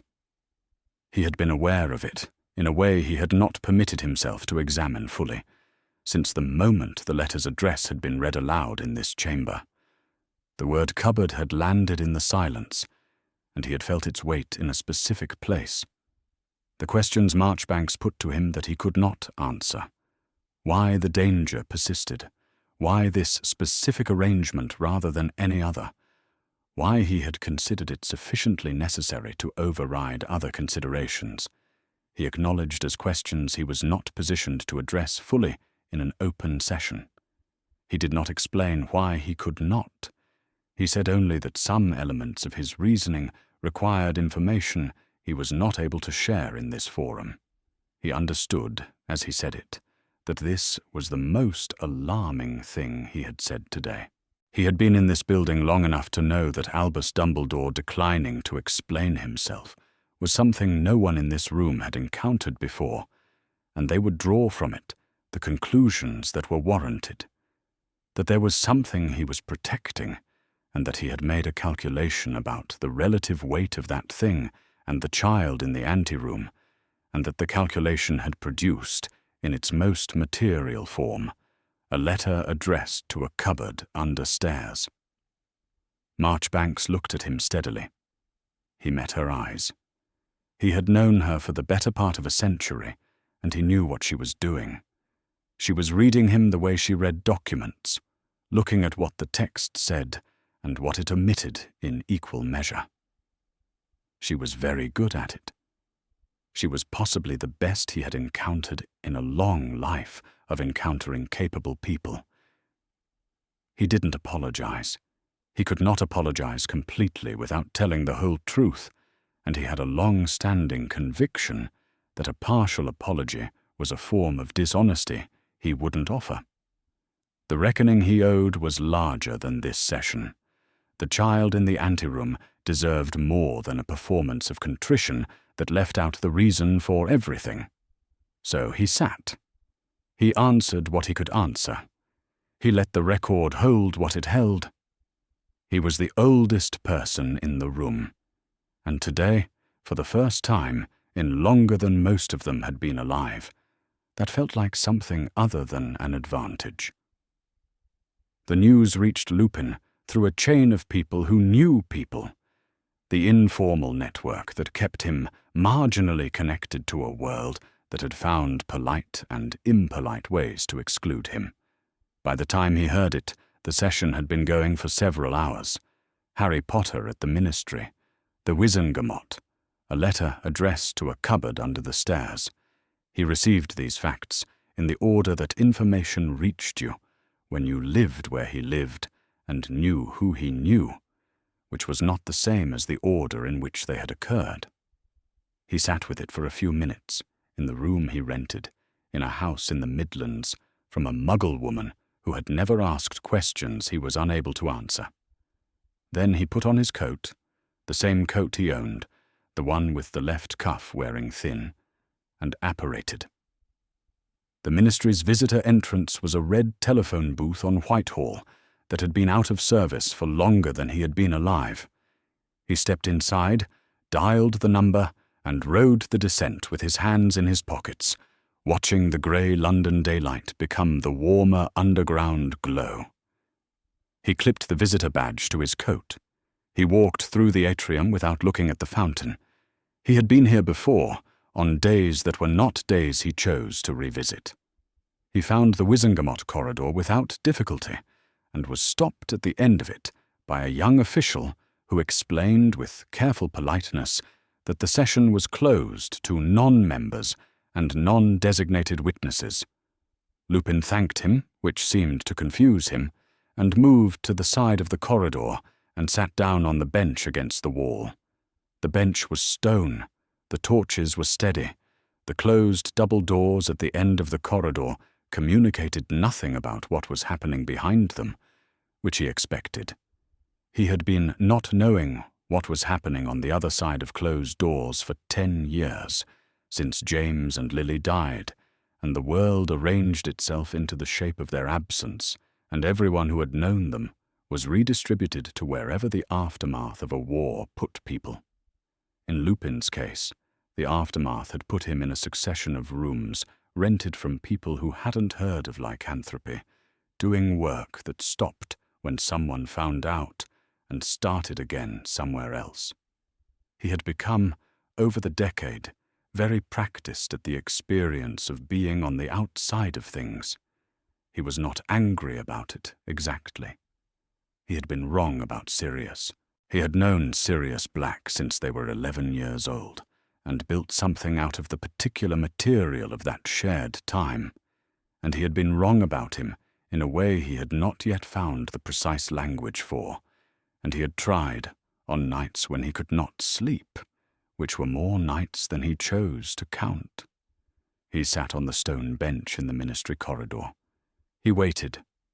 Through the thick doors he could occasionally hear the muffled rhythm of formal proceedings, not words, just the quality of organized speech, the institutional cadence of people saying things on the record. He listened to it without being able to make out meaning, the way you listened to a conversation in a language you had once known and allowed to atrophy. He had been there for a little over an hour when the door to the anteroom further down the corridor opened, and Rubeus Hagrid came through it. He recognized Hagrid by volume, before he recognized him by feature. There was a specific quality of space displacement that large bodies produced, a sense of the air in a corridor reorganizing itself around a new presence. Hagrid was carrying a paper bag of what appeared to be sandwiches, and had been crying at some recent point, which was recognizable by the quality of his eyes. Hagrid stopped when he saw Lupin. He looked at him with the expression of someone recognizing a face they had not expected and were working out the significance of. Then, slowly, his expression settled into something simpler. "Remus," he said. "Hagrid," Lupin said. They looked at each other for a moment. Two people who had known James and Lily Potter, who had been told in various forms that it was safer not to seek out the boy, who had complied for 10 years, 1 year at a time, until a 10-year-old had walked into the Wizengamot and made compliance into something that required a different name. "He's all right," Hagrid said, which Lupin understood to mean Harry. "He's in the ante-room. He's a lot to take in. But he's all right. He asked good questions." Lupin thought about this. He thought about a 10-year-old who asked good questions, walking into the floor of the Wizengamot with a cupboard-addressed letter. He thought about James, who had also asked questions at 10, though in considerably less formal settings. He did not say any of this. "I want to testify," Lupin said. "About Sirius Black, about the guardianship, about what James and Lily wanted for Harry, what Sirius was supposed to be."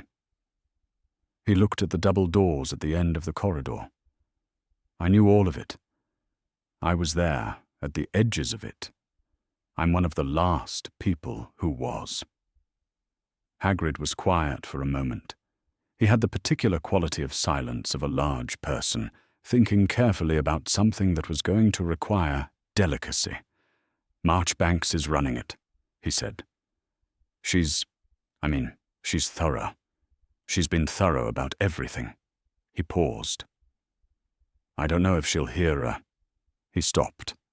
He looked at Lupin's coat, the worn cuff, some general quality of Lupin's appearance that Lupin was accustomed to people noticing and then deciding what to do about. "I don't know all the rules," Hagrid finished, "for who she takes testimony from." "I know," Lupin said. He was not asking Hagrid to smooth it over. He was not asking him to pretend the sentence had been going somewhere other than where it was going. He simply said, "Will you pass the message? She can decide." Hagrid nodded. He looked for a moment like he was going to say something else. Something about James, or about Sirius, or about the 10 years, something that had been sitting behind his beetle-black eyes since the moment he had walked down this corridor. Then he seemed to decide against it, which Lupin respected. Some things did not need to be said in ministry corridors. "I'll tell her," Hagrid said. He held up the paper bag. "I'm getting food. Harry hasn't eaten since, well, I'll tell her on the way back." He went down the corridor toward the atrium. Lupin watched him go, and then returned to his seat on the stone bench, and waited. The message was passed. He did not know exactly how or what form it took, whether Hagrid spoke directly to Marchbanks, or whether it went through an official, whether it was stated as a formal request or as a note delivered between proceedings. What he knew was that approximately 20 minutes after Hagrid disappeared toward the atrium, a young official came down the corridor, found him on the bench, and said that Madame Marchbanks would hear his testimony in the following session. He would be called. Lupin said thank you. The official nodded and left. He sat back against the stone wall. The torch across from him burned with patient consistency. Marchbanks had agreed to hear testimony from a werewolf on an unofficial bench in a ministry corridor, because the testimony was relevant, and because relevant testimony was what the charter required be heard. He had not expected that. He had come here with the letter's story, and Hagrid's face, and the knowledge of what James and Lily had wanted for their son, and he had sat down on a cold bench because he did not know what else to do, and someone had agreed to hear him. He did not know what his testimony would change. He was one man with 10 years of marginalia, where a life should have been, and the questions before the Wizengamot were large and old, and tangled in ways that would take longer than one session to resolve. He knew this. He was not naive about institutions, having spent most of his adult life being managed by them in various ways.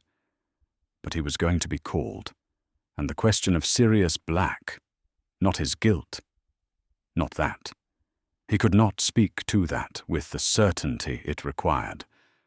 But the question of Sirius Black's right to have been heard, his right to the trial that James's son deserved to understand, had been denied to his godfather, would be part of the formal record. The corridor was quiet. The session continued behind the double doors. Somewhere down the corridor was an anteroom with a 10-year-old in it, who had never been told his own story, sitting with a letter that had always known where he slept.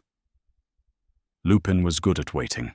He had had, over the course of a long and frequently uncomfortable decade, a great deal of practice. Snape had been walking ministry corridors for 3 hours, which was not what Dumbledore had asked him to do.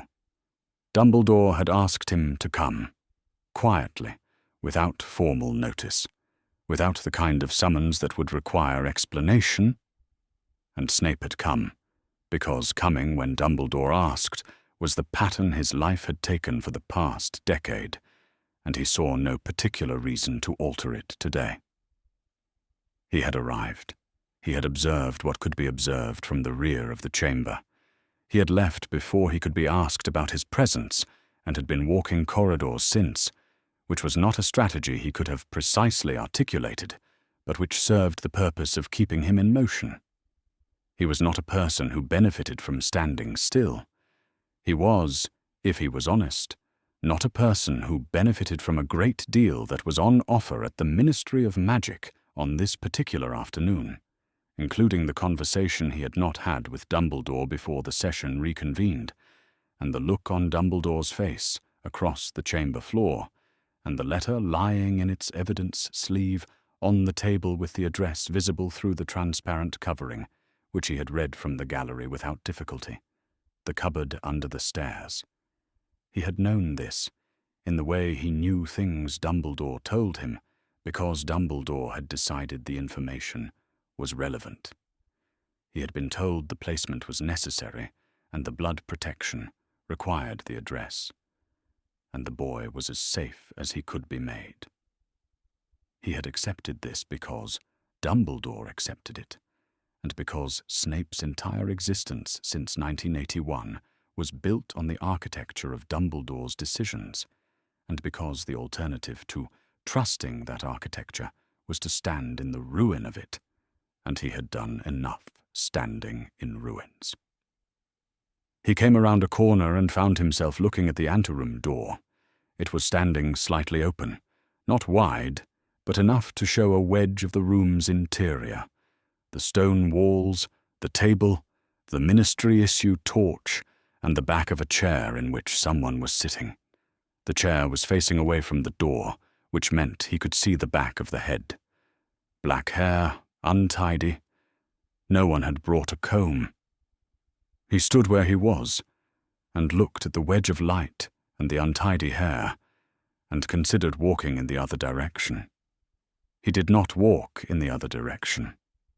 The door, when he pushed it slightly wider, made no sound. The boy was sitting with his forearms on the table and his hands loosely folded, looking at something on the surface in front of him that Snape identified, after a moment, as nothing. He was looking at the table itself, or at the grain of the wood, or at whatever a 10-year-old looked at after the kind of day this one had been. He had not heard the door. Snape stood in the opening and did not announce himself. Then the boy looked up. He looked up the way children looked up when they heard something they hadn't expected, quickly, with the reflexive preparedness of someone who had learned that sudden sounds were worth tracking. His eyes, when they met Snape's, were green. Bright, clear green, with the specific quality of light in them that Snape had been carrying in the back of his mind for 10 years as a precise and unalterable fact. Lily Potter's eyes, in the face of James Potter's son. He had known this was true. He had been told this was true. He had constructed a thorough and functional understanding of what it would look like over a decade of having the information and not the encounter. He had not found any of that preparation adequate to the actual moment. The boy looked at him with the neutral caution of someone who had spent his life in environments where strangers appearing in doorways generally had instructions for him. He did not say anything.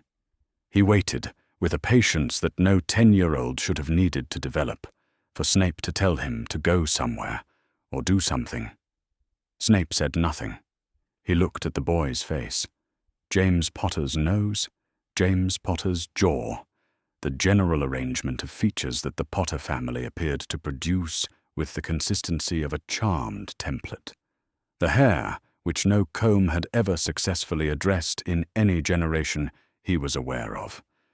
The glasses, round, with the bridge taped because no one had thought to replace them. And the eyes, which were not James Potter's at all. Snape was 31 years old.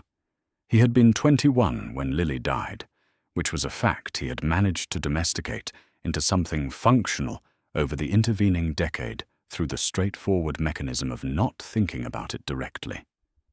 He thought about it sideways, through work, through the precision of potions, through the accumulated task of being useful to Dumbledore's larger enterprise, which was the reason he could get out of bed in the morning and which served adequately as a substitute for other reasons.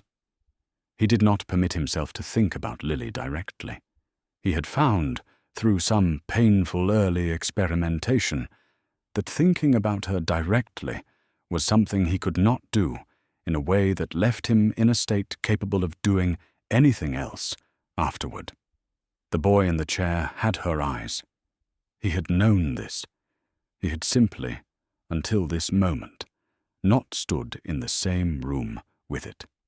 He looked away from the boy's face and let his gaze move, briefly, past the anteroom doorway to the main chamber beyond, where the evidence table was visible through the chamber door's gap, the letter in its sleeve, the address, the cupboard under the stairs.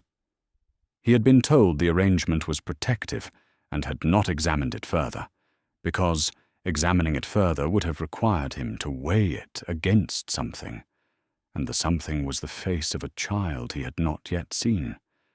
He had thought of the blood protection in the abstract as a charm with verified magical integrity, which it was.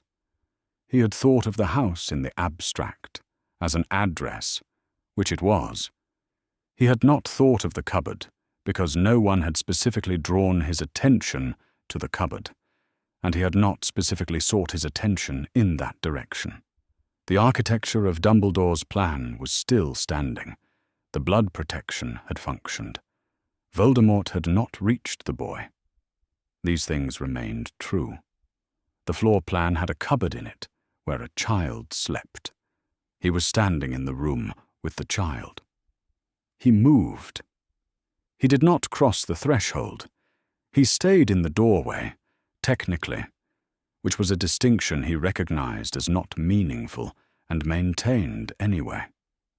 He directed his attention to what he could do in the next 30 seconds that would require no explanation and leave no debt. The boy had been in this room for hours. He was 10 years old. There was a table and a chair and nothing else. The cup of tea appeared on the table with a small, controlled effort that Snape did not consider remarkable, because he had been making controlled efforts in small spaces for as long as he could remember. He set it close enough to reach without moving the chair. He did not set it ceremonially or with particular care. He simply placed it where it would be found, and then he stepped back into the corridor, and he walked away. He did not look back. He had made a habit over the course of a decade that had required the construction of several habits of not looking back at things he had left in rooms. It was a practical approach with a reasonable success rate. He had gone perhaps 20 paces when he heard, from the direction of the anteroom, a soft sound, the small ceramic sound of a cup being lifted from a table. He continued walking. The corridor was long, and his shoes made no noise on the stone, and he did not permit his pace to change. He had been a shadow in this story since 1980, which was long enough to understand that shadows did not resolve things. They marked the edge of the light. He had marked the edge of the light for 10 years and watched the light do what light did, and it had not been sufficient. And now there was a boy in a ministry anteroom with a cup of tea and green eyes that Snape was going to spend the rest of the afternoon not looking at directly. He was good at that. He had had practice. The official who came to collect him was young and slightly nervous. "Madame Marchbanks is ready for you," he said, "in the chamber. If you'll follow me." Harry stood and followed him into the corridor and toward the chamber doors. He had come through these doors once before, from the other direction, uninvited. Now he was being brought in through the proper entrance, and the view was different. The chamber extended in front of him, the long central floor, the two banks of tiered seats rising on each side, the torches in their brackets burning with steady indifference, the high ceiling that the torchlight didn't fully reach. 50 people in plum-colored robes looked down at him from the rows as he walked in. He was not certain what expression was expected of him, and so he had none in particular, which he had found throughout his life was usually an adequate default. There was a chair at the center of the chamber floor. It was an ordinary wooden chair, which he noted with a relief he couldn't entirely explain, and he sat in it when Marchbanks, who was standing at the evidence table, indicated with a small movement of one hand that this was what he should do. He sat with his hands on his knees, the way he had been sitting in the anteroom, and he looked at Marchbanks and waited. She looked at him with an attention that did not perform interest, but simply had it, the way very old people sometimes had it, an attention that had been through enough to know the difference between what mattered and what didn't. She appeared to have concluded that he was the former. "I have one question for you," she said. "I want you to answer it honestly, and I want you to take whatever time you need." She paused, not for effect, but in the way someone paused when they wanted the next sentence to have room. "Where is home?" Harry thought about it. Not for a long time. He thought about it for approximately 1 second, because 1 second was the amount of time it took him to realize that the honest answer and the complicated answer were the same answer, and that Marchbanks had asked for the honest one and he was going to give it. "I don't have one," he said. "I call it the cupboard. I've always called it the cupboard." He considered how to explain the rest of this, and decided to just explain it. "I was in the cupboard under the stairs for as long as I can remember, and then they moved me to Dudley's second bedroom, which is where I am now. I call that the cupboard that is now my bedroom. I don't think of either of them as home." He thought about whether there was more to say. "I don't know what home is, actually. I don't think I have a reference for it." The chamber was quiet. He had not said anything he considered unusual. He had said what was true, and what was true was what it was, and he had spent enough of his life in rooms where what was true was not what people wanted to hear that he had learned to say it without apology and without softening. He waited for someone to respond. Marchbanks looked at him steadily for a moment, and then she made a notation. She did not look shocked. She did not look, as far as Harry could tell, the way people looked when they heard something unexpected, but rather the way people looked when they heard something they had reasoned their way to and were now confirming. She finished her notation and looked up. Harry became aware that something had shifted in the room. The attention from the tiered rows had changed, from the attention people gave to a child answering a question, to the attention people gave to a fact that had altered their understanding of something else. He looked, following the line of what the chamber was looking at, toward the far end of the room. Dumbledore was standing where he had been standing for most of the afternoon, which was to one side of the evidence table, in the position of a man who was present, but was not presiding. He was very still. His blue eyes behind the half-moon spectacles were directed at Harry with an expression Harry did not quite have a name for. Not calculating. Not managing. He looked for a moment like someone who had just heard a building's foundation described incorrectly, and had understood from the description that the building had been standing on a different thing than he thought. Harry did not know why Dumbledore looked like that. He was going to ask someone later, when there was a later, and a someone to ask. Marchbanks spoke again, addressing the chamber rather than Harry now, her voice carrying in the way of someone who had been projecting into formal rooms for a very long time and had made it effortless. She was recording, she said.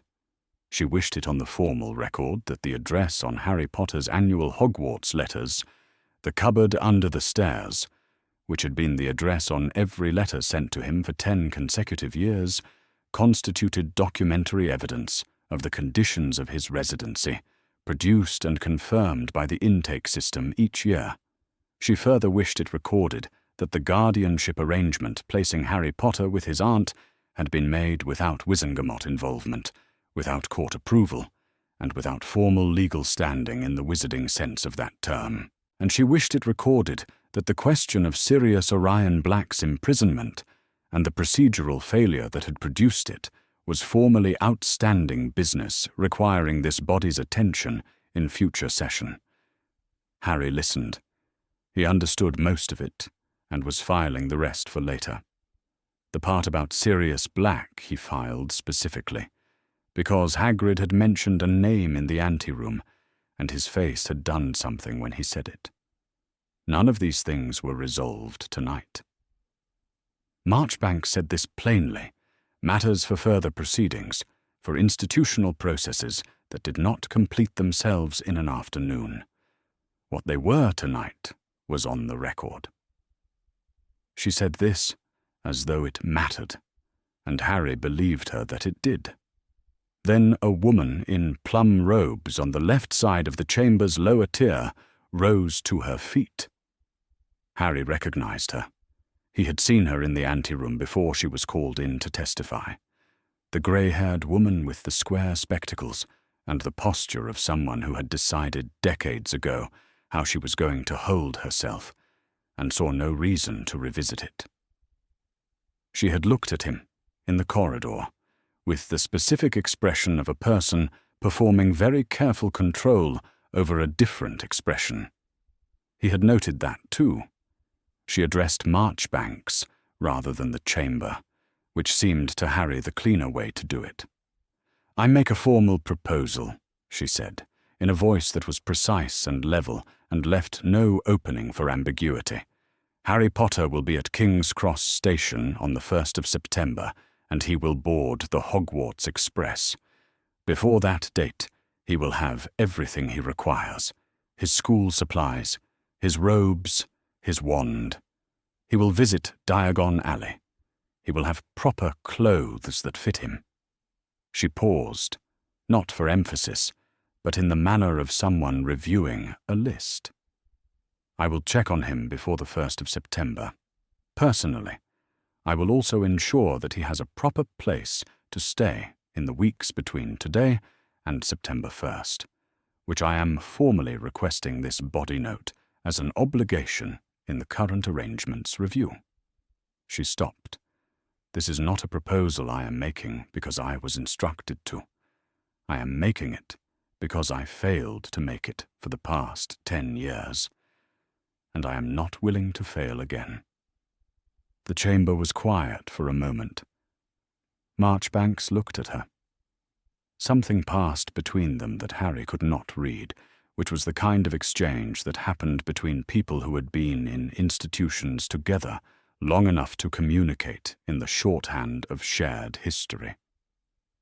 "The proposal is accepted," Marchbanks said, "and is on the record."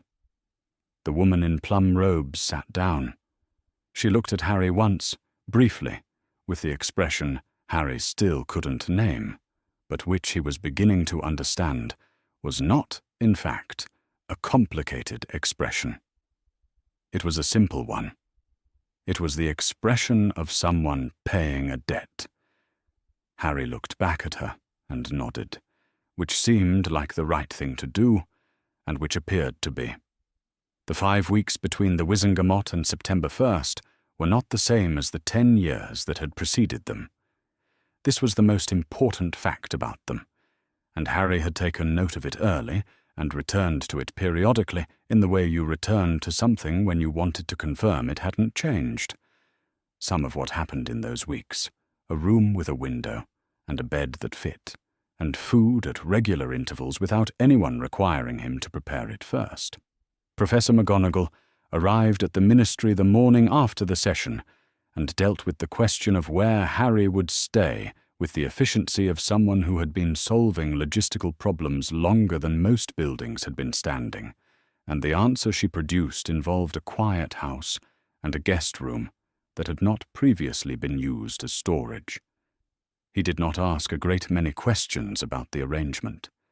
He had learned to ask the questions that mattered most and hold the others. He went to Diagon Alley with Hagrid on a Wednesday in early August, 3 days before his birthday, because Hagrid had said he wanted to be the one to take him, and McGonagall had said that she thought Hagrid had earned that, and Harry had agreed without knowing the full context of what Hagrid had earned, only that Hagrid was large and kind, and had cried while telling Harry about his parents, which Harry counted as a qualification. The entrance to Diagon Alley was through the Leaky Cauldron, a dim pub invisible to Muggles, and then through a brick wall in the courtyard behind it, which Hagrid tapped with the point of his pink umbrella in a specific pattern, and which opened. Harry had known the wizarding world was real, but there was a particular quality to the wall folding back into an archway and revealing a cobbled street full of things that had no Muggle equivalents, which was different from knowing it abstractly. He got his wand at Ollivander's. The sign above the door said, "Makers of fine wands since 382 BC, and the shop itself was narrow and wandlit and quiet, and the wand maker, a pale-eyed man with a very precise manner, who had, Harry understood, been making wands in this shop for an extremely long time, went through several wands before the right one was found. When it was found, Harry felt it as a warmth in the hand that wasn't quite warmth, something more like a current, like the wand and his arm were the same material and had simply been separated for a while. Ollivander said the wand had chosen him, which Harry accepted as the most sensible explanation. Hagrid bought him Hedwig. The owl was in a cage in a shop near the entrance, white and golden-eyed, and possessed of a dignity that Harry recognized as genuine rather than performed, because he had been around enough performed dignity in the Dursley household to know the difference. She was a snowy owl. She looked at him with the level appraisal of a creature deciding whether he was worth her time, and apparently decided that he was, because she extended one foot and allowed him to place his hand below it, and that was that. His school robes were measured for him by a witch who did not comment on the fact that his current clothing did not fit and had clearly come from someone 3 times his size, but who did note, with professional thoroughness, his precise measurements, and then produced, over the course of 20 minutes, several sets of robes that did. He put them on in the changing room and looked at himself in the mirror and thought, "These are mine. This is what mine looks like." He wore his own clothes to King's Cross on September 1st. Not robes, proper clothes, clothing that fit him and had been purchased for him, and had never belonged to Dudley Dursley. Hagrid met him at the station entrance. He was carrying Harry's trunk on one shoulder, as if it were a piece of paper, and had his ticket folded into a hand the size of a dustbin lid. He could not come through the barrier. Harry had not thought about this until they were standing in front of it, the solid brick wall between platforms 9 and 10 that was, Hagrid had explained in the taxi, not solid if you walked at it with purpose and didn't stop to doubt yourself, which had been reassuring in the taxi and was less reassuring now that Harry was standing in front of it alone. "Straight through," Hagrid said. "Don't stop. Don't think too hard. It's like most things. The more you worry about whether it'll work, the more it doesn't." He looked at Harry with his beetle-black eyes in a way that communicated, without words, approximately 10 different things, most of which Harry thought he understood. "You're going to be all right. More than all right." He paused. "Your mum and dad would have been... they'd be proud of you, Harry. I want you to know that." Harry looked at the wall. He looked back at Hagrid. He thought about James and Lily, whose names he now knew in a way that felt real, and Hagrid's face when he said them, and the ministry anteroom, and Marchbanks's notation, and the formal record, and all of it was there, and none of it was gone. "Thank you," he said, "for everything, for telling me." Hagrid looked like he was going to cry, which was the expression Hagrid's face made when it was working up to something. Harry saved him the difficulty by picking up his rucksack, nodding once, turning to the wall, and walking through it. It worked. He came out on the other side into a different kind of noise, a different kind of air. The heavy, pleasant smell of steam, and the scarlet engine filling the platform with its own kind of gravity, and families and trunks and owls and children running, and the sound of the Hogwarts Express as a real thing, rather than a name on a school list. He found a compartment. He stowed his trunk. He set Hedwig's cage in the rack above the seat, and she regarded the compartment from behind its bars with the particular patience of a creature who had decided that patience was, generally, the correct response to new situations. He sat down. The compartment was to himself for now. He looked at his hands, which were in his lap, and then at the platform through the window, and then at Hedwig, who blinked at him once with golden eyes. He was not hungry. This was a fact he had been noting, at intervals over the past 5 weeks, with the particular attention you paid to something when it had previously been a reliable condition of your existence, and had then, without ceremony, stopped. He had been hungry for most of his life, in the low, habitual way of a background noise you stopped hearing until the moment it ceased. It had ceased, and he was aware of its absence the way he was aware, sometimes, of silence after a long sound. He reached into his jacket pocket. The letter was there. It had been there since the morning he walked out of a hotel's side entrance with 11 coins and a determination he hadn't been able to name. He had kept it through the train from the coast and the walk through London, and the telephone booth, and the Wizengamot, and 5 weeks of a different kind of life. And it was still there, slightly more worn along the folds than it had been, but intact. He took it out. He unfolded it on his knee. Mr. H. Potter, The Cupboard Under the Stairs, or Privet Drive, Little Whinging, Surrey. He read it through once. He looked at the address for a long moment, at the specificity of it, the precision, the way it said exactly and only where he had slept. He was not going back to the cupboard. This was not a hope or a plan. It was a fact that had been established, formally, by a very old woman with a very good quill, in a chamber with 50 witnesses, and a record that could not now be undone.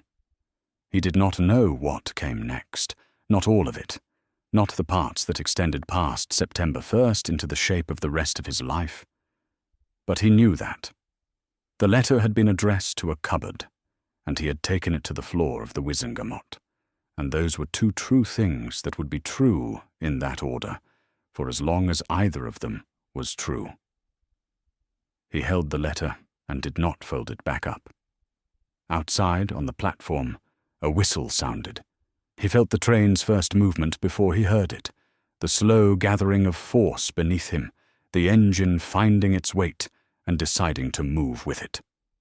The platform began, gradually, to slide backward past the window, and then faster. And then London came apart into its own particular pattern of rooftops and waterways and pale sky, and then London was behind him. He watched the city become countryside. Green came in, and distance, and a horizon that was not contained by buildings. The train carried him north at the speed of something that had been doing this a long time and knew the way. He had black, untidy hair, and bright green eyes, and round glasses with a taped bridge, and a lightning bolt scar he now understood the precise origin of. And he was 11 years old, and he was going to school. He folded the letter along its creases.